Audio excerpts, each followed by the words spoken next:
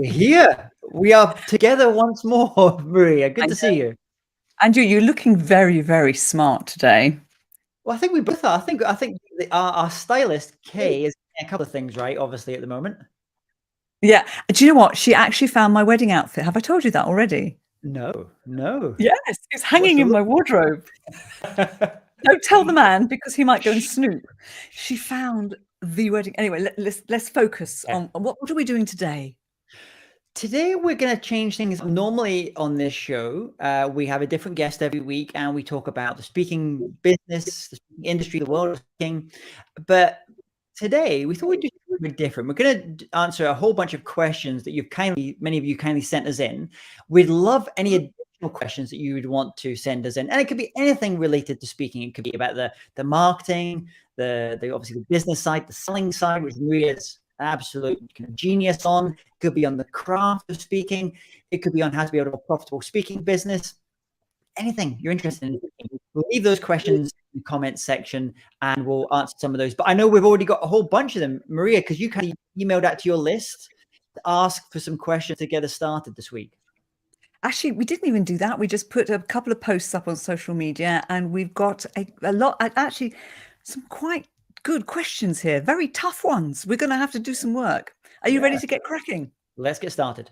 Let's get started. So the first question, I'll put it to you first. We're both going to answer the question. So what is the best way to find out what the speaking market most needs in a particular topic area? Such a good question.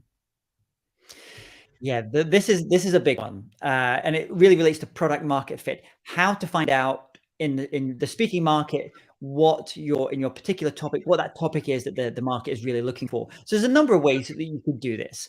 The first one is go on any of the speaker bureaus websites and look at the topics, the trending topics. Many of them will have that listed right there. So just now, for example, we're seeing a lot of things around metaverse, a lot of things around collaboration, a lot of things around customer experience. So those are some big things that people are looking for.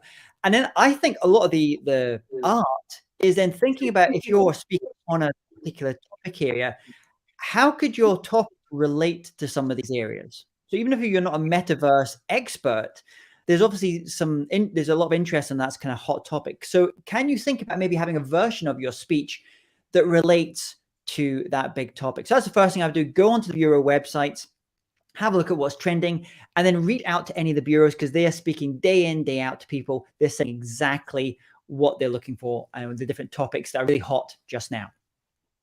Brilliant.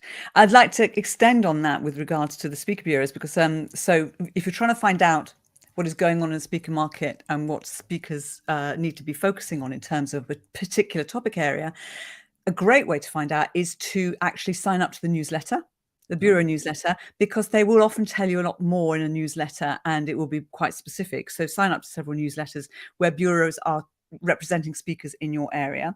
The other thing is ask prospects, ask them. Ask your prospects, ask your clients. That's the best source to find out, what are you thinking about? So for you, creativity, what are the challenges you're facing at the moment with regards to creativity? What are the areas that you most want to focus on? And get them to give you the language. It's really useful. Social media, of course, is another great place. Follow your competitors, see what they're saying, what they're talking about. You have to know who they are first, of course, and look at what your clients and prospects are reading.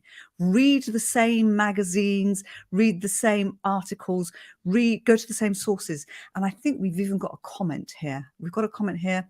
Oh, we've got another question. We'll come back to that one then. Brilliant. So lots of different ways. That's great. And also, I think it's interesting what you said there, Maria, was read, if you're reading broadly. I tend to find there's certain publications I read that I know that the C-suite or the VP level in organizations are reading. Financial Times, it could be The Economist, a lot of people who are maybe the main decision makers on larger events.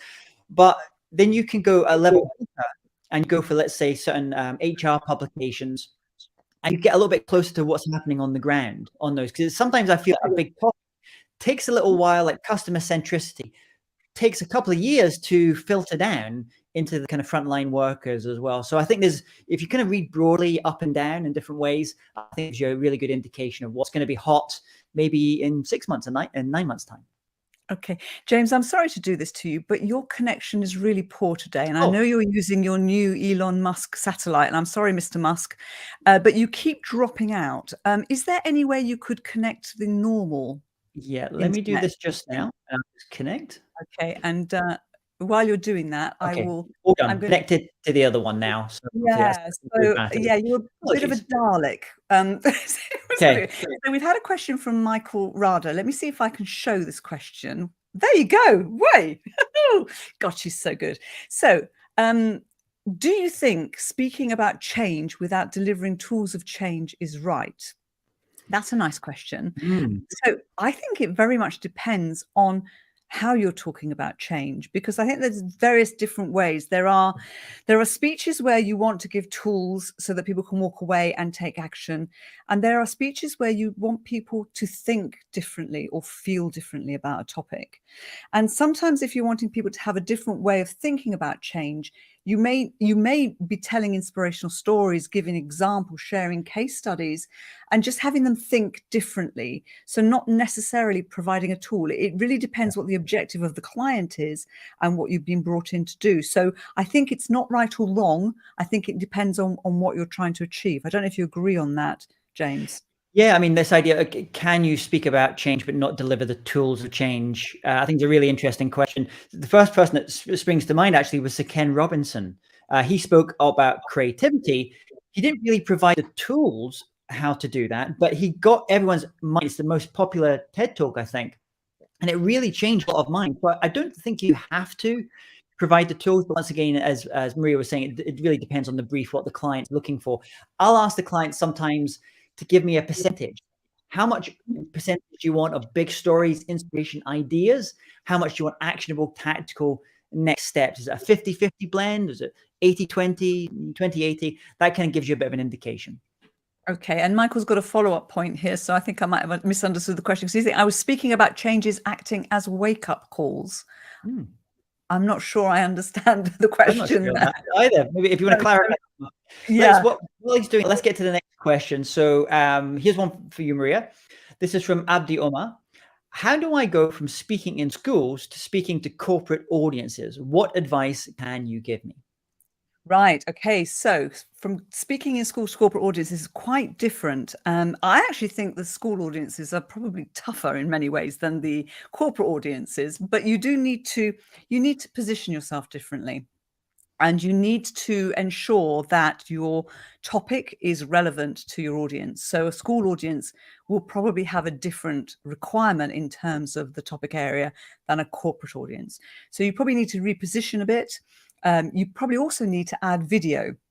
Many schools don't require you to have a video in order to get booked to speak, because more often than not, they don't have time. The principal, whoever's booking, hasn't got the time to actually watch a video.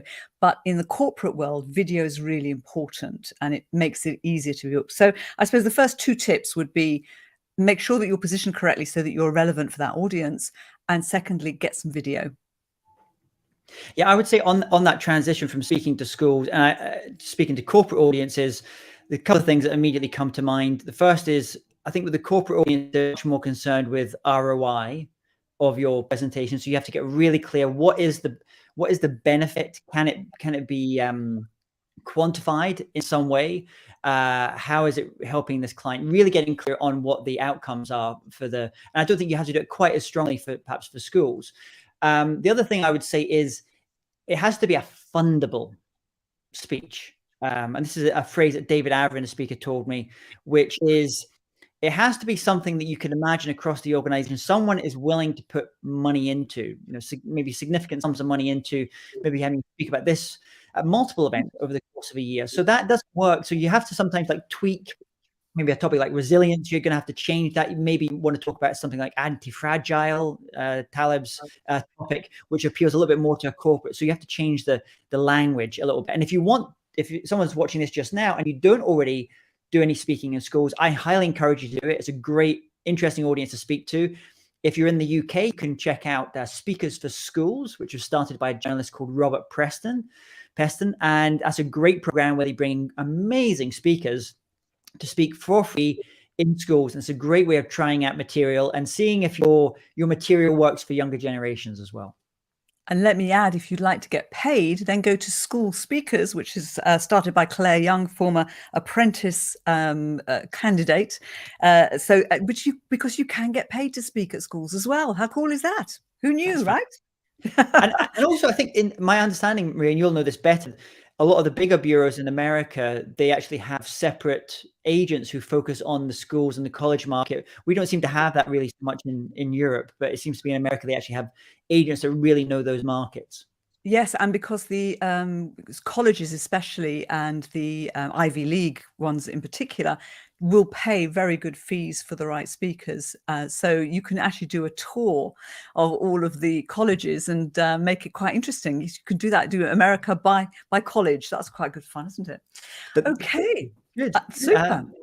Let's keep going because we've got quite a few there. Keep going. Let's keep going. So the next one, I'm going to ask you this one here. This is such a good question. What do you think makes the difference between an amazing speaker business and an average one? And that came in, I'm not sure if I think that was, Sarah Whitten. Thank you, Sarah. Thank you, Sarah. So what makes the difference between an amazing speaking business and an average one? I think we have to define for ourselves what that word amazing is. For a start, your version of amazing may be completely different from my version of amazing.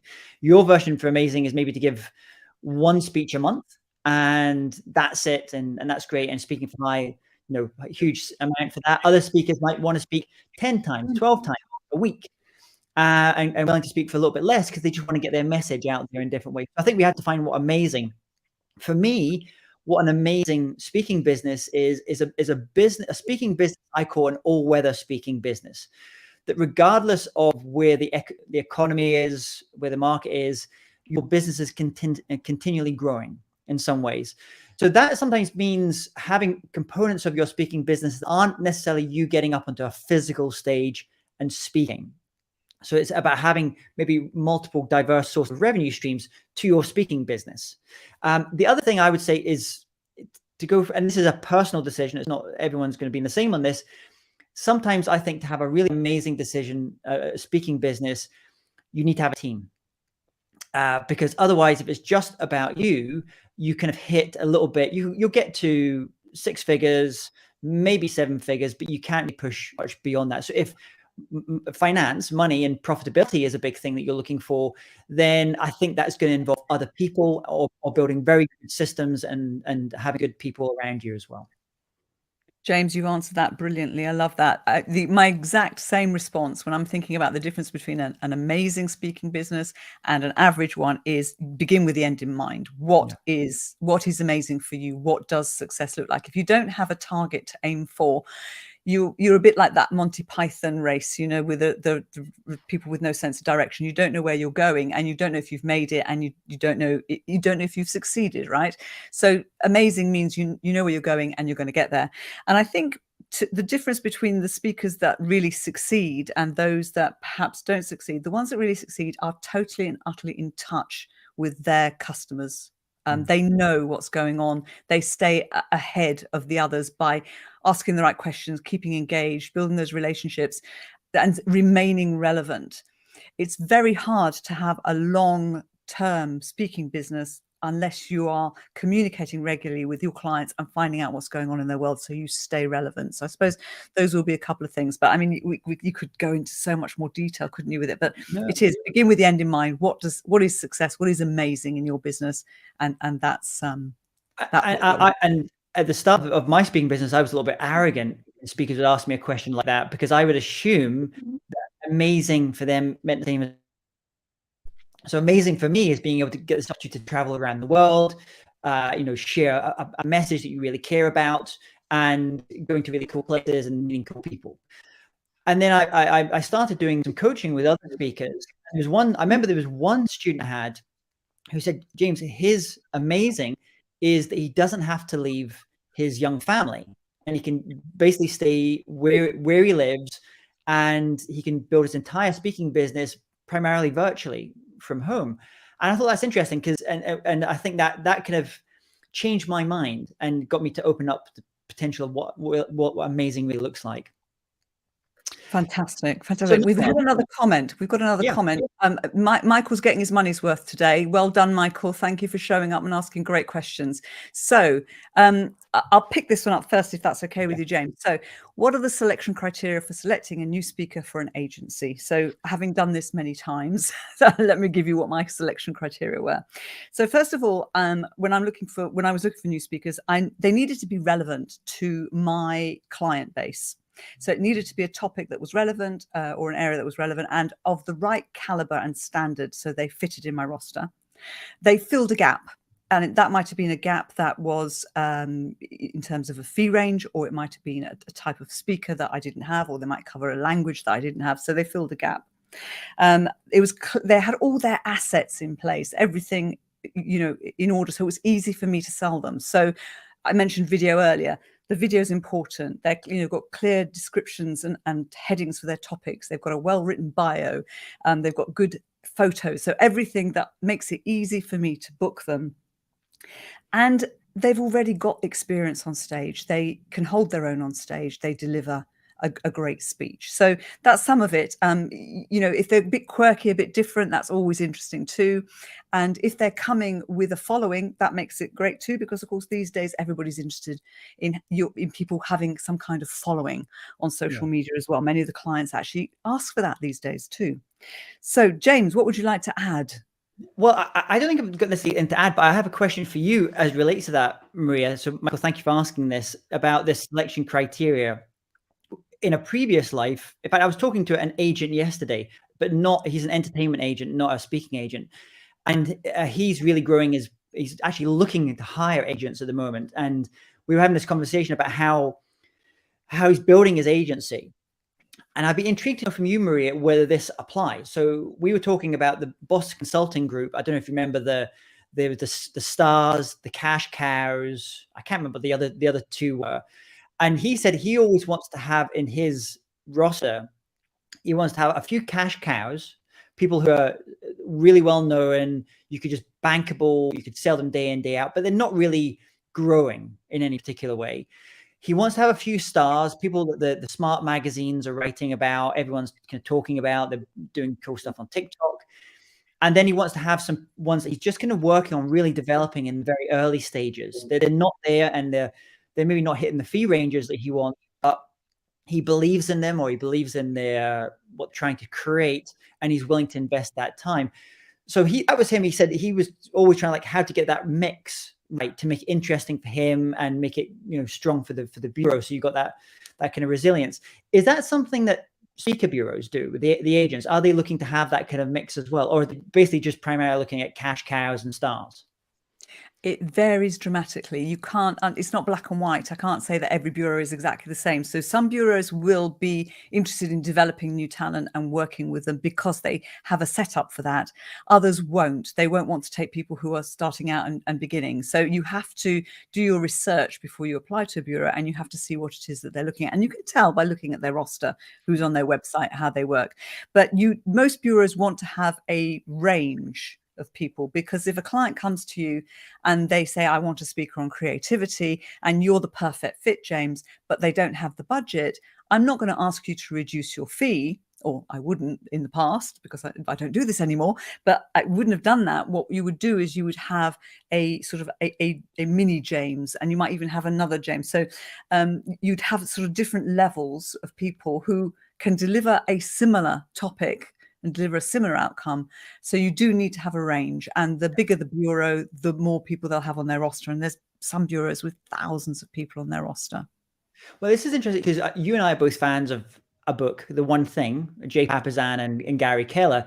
And I've noticed the way that they've built the speaking part, the keynoting part of their business is they have Jay, who's the main speaker, but they also have like 5 or 6 other speakers who give almost very similar kind of speeches, the same topic, and are on different bureaus. And so I thought that's interesting, because that's a way of basically really spreading your message, not making it about the individual, but making it about the message as being more important. So I am wondering whether maybe I should be creating some mini-me's I think good. I think that could be a good strategy. It depends what your strategy is in your business. Every business has a different strategy, of course, but I think that's not a bad idea, James, to have a Yeah. mini you, because you've got, you know, the content is valuable. So yes, absolutely.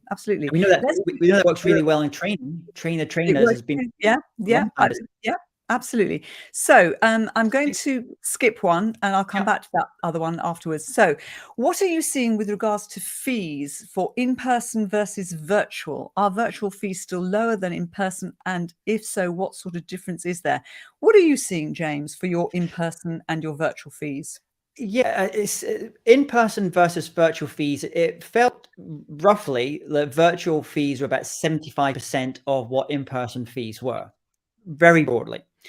However, I think that's starting to change now because I'm having a lot of conversations with speakers who are now having to look at opportunity costs. So if they go and give that in-person speech, that means they can't do 2 or 3 virtual. So they're having to take that into consideration now. So I'm thinking what amongst the good virtual speakers, the fees will actually probably get closer to parity. And also for sometimes if you're doing hybrid now, or you're maybe going into a green screen studio or you're doing hologram, it's basically the same, if not more than in person. So I think it's a difficult, I think it's not quite, we've not kind of reached an equilibrium of things, and it's going to be different for different speakers.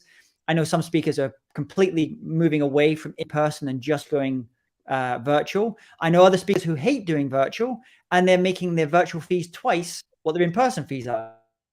So that I don't think there's any particular right and wrong, but I am seeing probably very broadly 75% is of your in-person fee is what the virtuals are coming in at. Yeah, and actually, I was going to say 80% is what I'm seeing. So we're very similar there. And the challenge at the moment with virtual and in person is exactly what you said, is that if you accept an in-person event, you could potentially be turning down 2 or 3, because what happens with the in-person, the lead time is longer. So Yeah. you'll get booked, you'll have nothing in the diary in 3 months' time potentially, and you'll put in that date and you'll accept the in-person, and then the virtual comes in last minute. You're smiling because you've had this happen. Yep. And suddenly you get 3 virtuals for the same day, and you're thinking, oh, I could do those 3, and that's a challenge, isn't it? That's going to be a bit Yeah. of a problem. But Okay. going back to our previous question, what does amazing mean for you? If amazing means for you to reach new audiences, to do new different things, you might take that inquiry, that's that booking virtual or in person, that's less, and be willing to forego other things because it's an audience you really want to reach. So once again, it goes back to you. There's no right or wrong answer. It goes back to what your strategy, what your objectives, what your goals are as a speaker. Fantastic. Brilliant. Next one. So Let me ask you this one. This is going to be a common one. are you going for this one? You're going for this one? Do I need to have a speaker website? Oh, now, well, it depends, James. It depends. So, if you are getting booked and your business is coming from referrals, coming from the fact that you're out on stage and people are seeing you, you probably don't. However, if you're starting out and you're reaching out and you're prospecting, people are going to Google you and investigate you. And if you've got a website, you've got a chance to put out what you want to put out about yourself and represent yourself and your brand in your own way. Personally, I think you should have a website, even if it's just a one page, so that when people come to look for you, they find something. I think it gives you more credibility. But you don't necessarily need one. You don't necessarily need to invest in one. So what are your thoughts on that? Yeah, I think you're absolutely right. I think whether you have or don't have a website is kind of where you are, and also you might have built a huge following on TikTok or YouTube, and that's kind of almost like your website. That's your place. I would say, like for example, like a speaker like Molly Bloom, who's an American speaker. She was made famous in a movie about poker playing. But she's a very in-demand speaker. But I don't think she actually has a website because she works primarily through bureau channels. So if I search Molly Bloom, probably the top 3 websites will be bureau, Big Speak, executive speakers, maybe some of the, see, we have Raleigh here from Chartwell, maybe Chartwell's website, LSB. And I think that's maybe a strategy because she primarily wants to go to the bureau channel. So you don't have to. I would say if you're a thought leader, you do need to have some way of getting your message to audiences that doesn't involve you going on stages. And that could be something as being a featured writer on Medium or Forbes or somewhere else. But for me personally, I'm old fashioned. I like to build my own platform. I consider all these other places, Facebook, Twitter, everywhere else, as rented space, rented ground. I don't own those. They can change the rules. They might not like something I say, and they could remove me. So I always like having the core of everything I produce on the main site, but then spending most of my time on all of these various nodes that are out there. Absolutely. Brilliant answer. Love that. Thank you so much. So here's a question. We keep talking about him. We mention Jamil all the time because he's doing so well. And here's the question. What does Jamil Qureshi do that he gets so much business? So let me answer that from my experience working with him when I was running my bureau and why we booked him so often. And then I'm sure you'll have something that you can add, James, because you know Jamil as well. So for me, the reason that Jamil got booked so often is, first of all, he is incredibly responsive. So when you're working as a booker, you want a speaker that's responsive. And in fact, he was so responsive, he actually shared his diary with me. So he made it super easy. So if I wanted to talk to a client about him because he was a good fit, I could actually check the diary and say, I know he's available, which means I can move forward so much faster. So that was one thing. And the other thing is he's an absolute safe pair of hands. And that's so important for bookers, for bureaus, and for clients to know that when you book someone, you're going to get a good result, a great result. And in fact, he should increase his fees. I keep telling him we have done it, but we should do it more. So there'll be people screaming at me, bureaus saying, no. But and the reason he doesn't, I think, is because when he speaks, the client thinks, wow, we got a bargain. We got a bargain. And that's the other reason he gets booked a lot, because he's a bargain in terms of what he delivers. So those are some of the things. I don't know what experience or what your view might be. Well, funny, I'm not sure whose question this is, but I actually asked Jamil a very similar question to this yesterday. Jamil and I were having a phone conversation yesterday. And I said, like, you know, he's working nonstop. He's super in demand. He's probably I would say he's probably the top earning of the UK speakers, UK-based speakers, who's not a celebrity as well. And he kind of talked around at the different things, and he's very he's kind of got that British understatement as well. But my perspective on just kind of seeing him and having conversations with him, the reason that Jamil Qureshi gets booked so much is because he has clients that he delivers for who then want to book him again. So it's return business. And he's not a speaker that has a leaky bucket. You know, someone will book him. He's also very smart in terms of how he delivers information, that he will go on stage and he'll talk about, I've got these 10 things to talk on this particular topic, but today I'm just going to talk about these 2 things that relate to this, 2 of these 10 things. So then it means he's open to be able to do maybe further up work to focus on those other ones as well. So that's kind of quite smart. You're helping the client to future pace a little bit as well, and showing you have depth of thought leadership. So getting rebookings all the time, I think, is a really key one. And also, you know, it's the Warren Buffett thing. Do business with people that you like working with. And Jamil's fun to work with. And I've given forward stuff to Jamil. Jamil's given work to me. And it's just nice. Some people are like that. They're just enjoyable to work with. There's no stress. There's no hassle. There's no drama, no dramatics. So I think that stands for a lot. In the music industry, we have a phrase for this. We call it hang chops.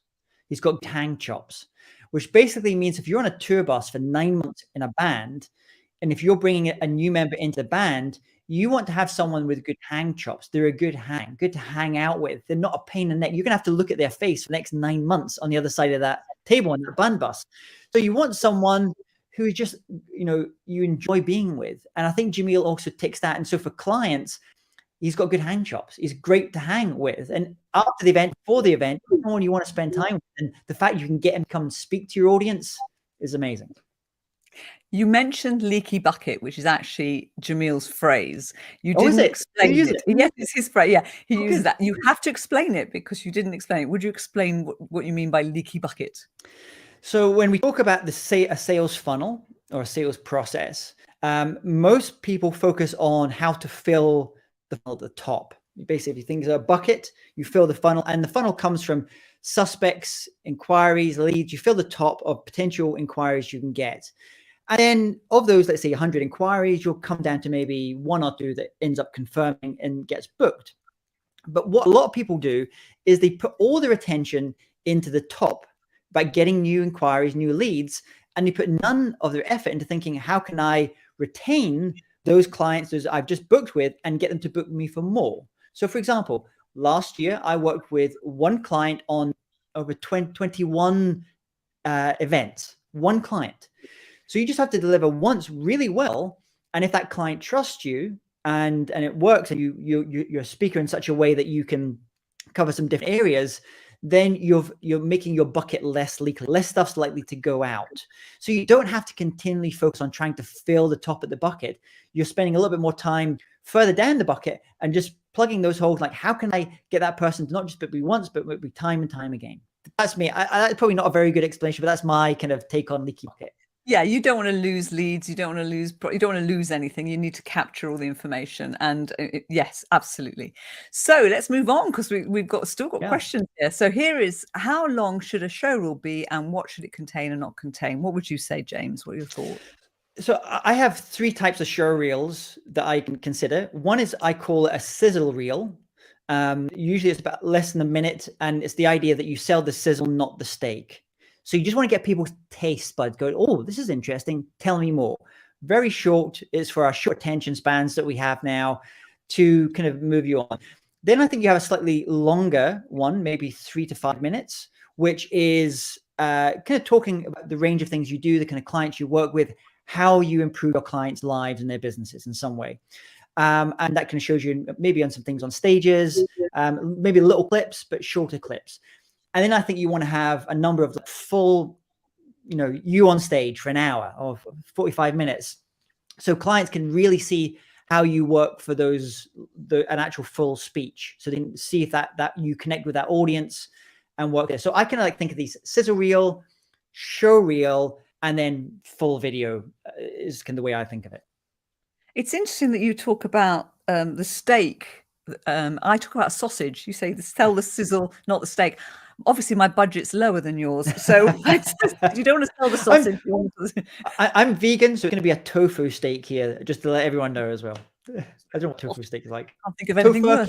Tofurkey. Oh, okay, fantastic. So going back to my sausages. So for me, a show reel for me, ideally, is a standalone video that tells me enough information, or tells the booker enough information to be able to book you without looking at anything else. So the shorter you can do that, the better. Try to keep it 3 minutes or under. But that for me is the best kind of show reel when I was a booker, that I knew that if I sent the video, they had enough on there. And so therefore it would include certainly clips of speaking.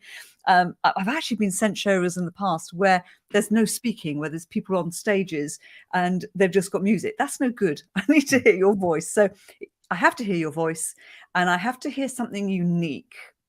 So when I was a booker, I wanted to hear something unique. I didn't want to hear anything generic. So it should contain something that's really your content, so that it stands out. And I need to be clear when I finish watching that video. I need to know who you are, what you talk about, that you talk very well. And ideally, I'd like to have a third-party endorsement in there, some kind of testimonial as well, just to help me to make a decision. So that's my view. And I quite like music as well underneath it, but not too loud.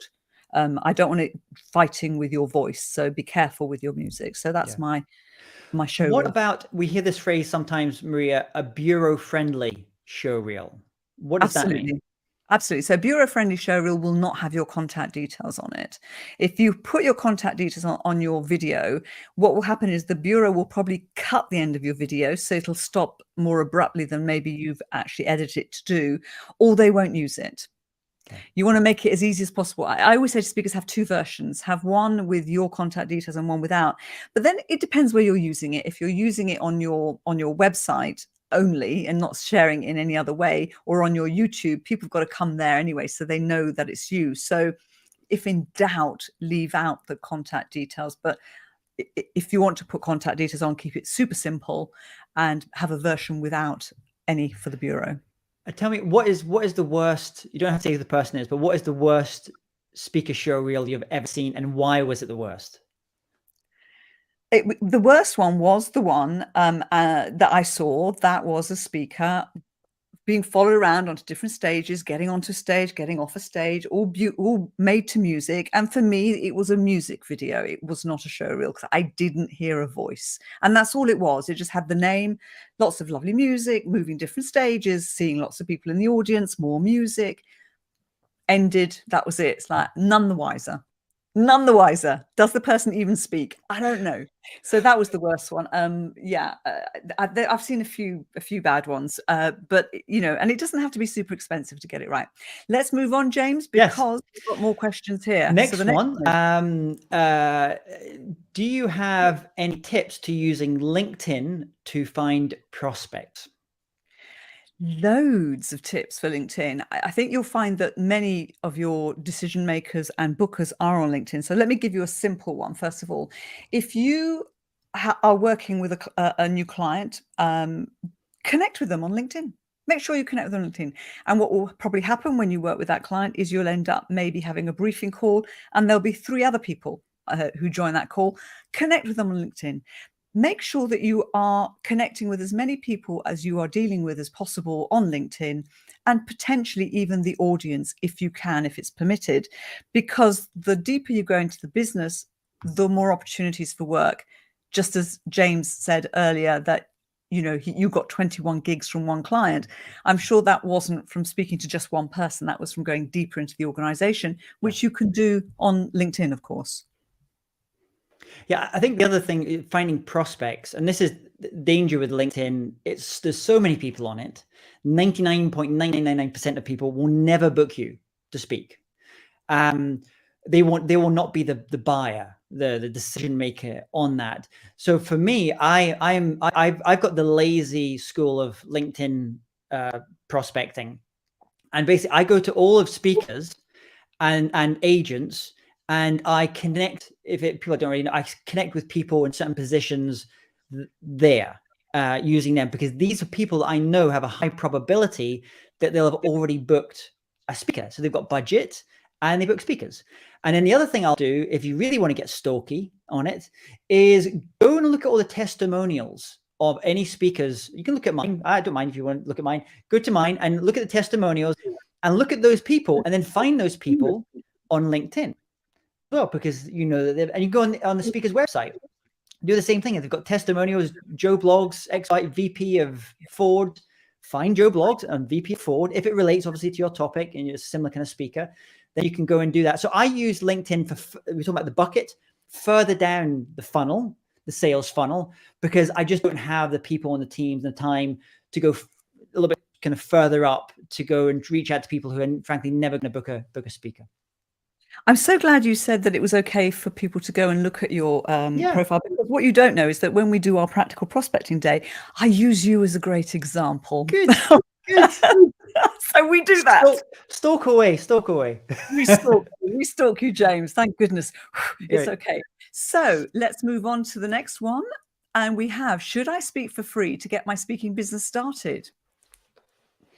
What are your thoughts, James? To get your speaking business started, I would say to get your speaking craft started, yes. Speaking business, a business is not a business unless there's money involved, frankly. Otherwise it's a non-profit, and that's nothing wrong with that. So I would say speaking for free at the start, absolutely, in terms of learning your craft and developing your speech. And I did loads of Rotary clubs and things like that right at the very beginning, just to see what worked with audiences and to try out different things, and schools. And there's nothing wrong with that. Once you've actually started your business and started to speak, I think you have to make a bit of a decision.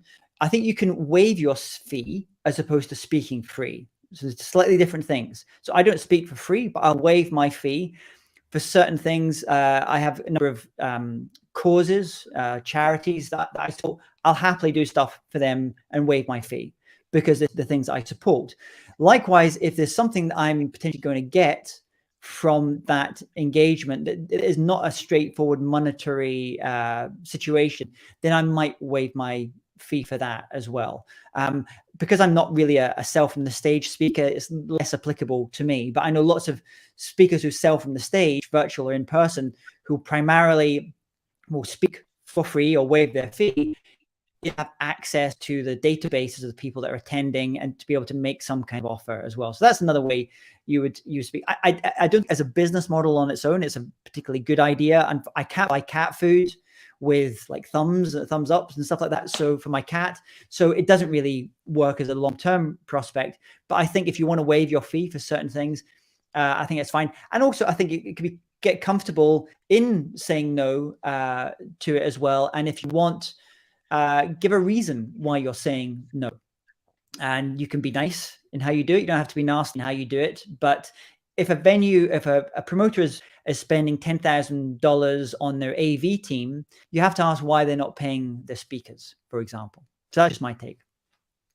This is one that this topic of, should I speak for free gets quite a lot of response from people. They get very passionate about it. And I think you're so right. You have to speak for free to develop your craft. I don't think it's fair to charge while you're still learning. As long as if you're giving value, then absolutely okay. But you probably wouldn't charge your full fee until you are at a certain level. I think there are times where you will speak for free, and I do encourage speakers to have a reason why they might. It might be for marketing purposes because that audience is going to potentially give them some further bookings down the line. But if you do that, I agree with you, James. You waive your fee. So you send an invoice and a credit note. Say, this is my fee, but here's a credit note. And this is why I'm doing it, because this is what you're going to give me back. And you still treat it as a proper booking. So there are times when you would. And once your business has started, I think there are certain clients where you will still speak for free, and you might do a certain number per year because you probably don't want to charge charities. You probably don't want to charge certain organizations, and you might allocate a certain number of dates a year where you will speak for free. And once those are full, they then go on the waiting list for the following year. But certainly, I think there are times when you should. So let's see if we've got for example, on that, just a quick, and I can't remember if it was you. I think it was maybe another bureau owner I spoke to. Was she receives a lot of inquiries around International Women's Day, and these come from a lot of clients, for people and banks and big clients who are looking for speakers, women speakers, to speak for free for International Women's Day. And she's now made a point saying, absolutely no, and I think they're being extremely cheeky there as well. I think it's quite nice. I've actually got a script that I've got for my team and I. If we get those types of inquiries and it's not fit, then we have a script, a nice way of saying it.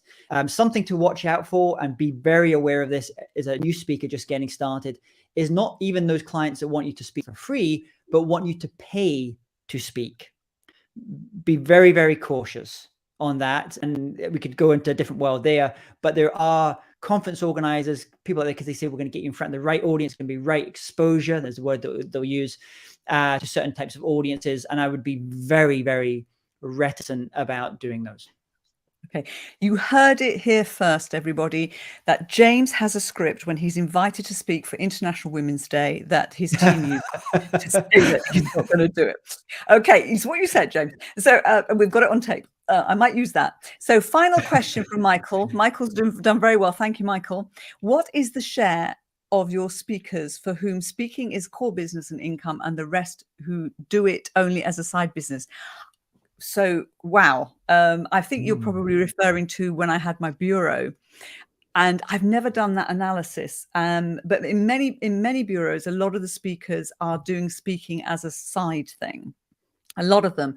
So especially if they are economists or academics or business people who are still in a role, it's a side thing for them, and it's a very lucrative side thing, but they're giving great value.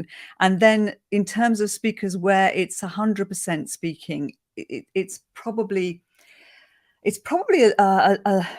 actually probably a lower number in bureaus, because you tend to find that many of the speakers who are 100% speaking will be getting a lot of their business themselves. And then you've got the rare one that's different. So Jamil is a different animal because he's got a different business structure. But it's difficult to put a number on it because every speaker is different, every bureau is different. So I don't think I've answered that very well. No, I think it's a hard one because there's so many variables. The first person that came to mind, who many people would think of as a speaker because he's an amazing speaker, is Phil M. Jones from the UK, now lives in the States most of the time. And Phil, when I've interviewed Phil about this as well, so it's on record, he talks about the keynote part, the speaking part, as being the cherry on the cake, not the cake. The cake is he's got a training business, train the trainer business. He's a great author as well. So he puts the speaking there, but most people probably consider him a speaker as his main thing. But if you look at his totality of his income and how he spends his time, it's actually a smaller part. But he is a full-time thought leader, I guess, which is going to be different if you're, let's say, someone like a Marianne Mazzucato, who's a wonderful economist, who she'll make probably most of her money as a consultant to national governments and being on boards and things. And speaking is really it's just a kind of thing that she does in order to spread her message around her books as well. And that's a very different type of business model. I think you see a lot of those with bureaus, that speaking isn't the main It's the main thing, yeah, and that's why they use bureaus all the time. And actually, I should correct myself, because Jamil, of course, still does performance coaching, and he also does a lot of consultancy. So even he's not a full-time.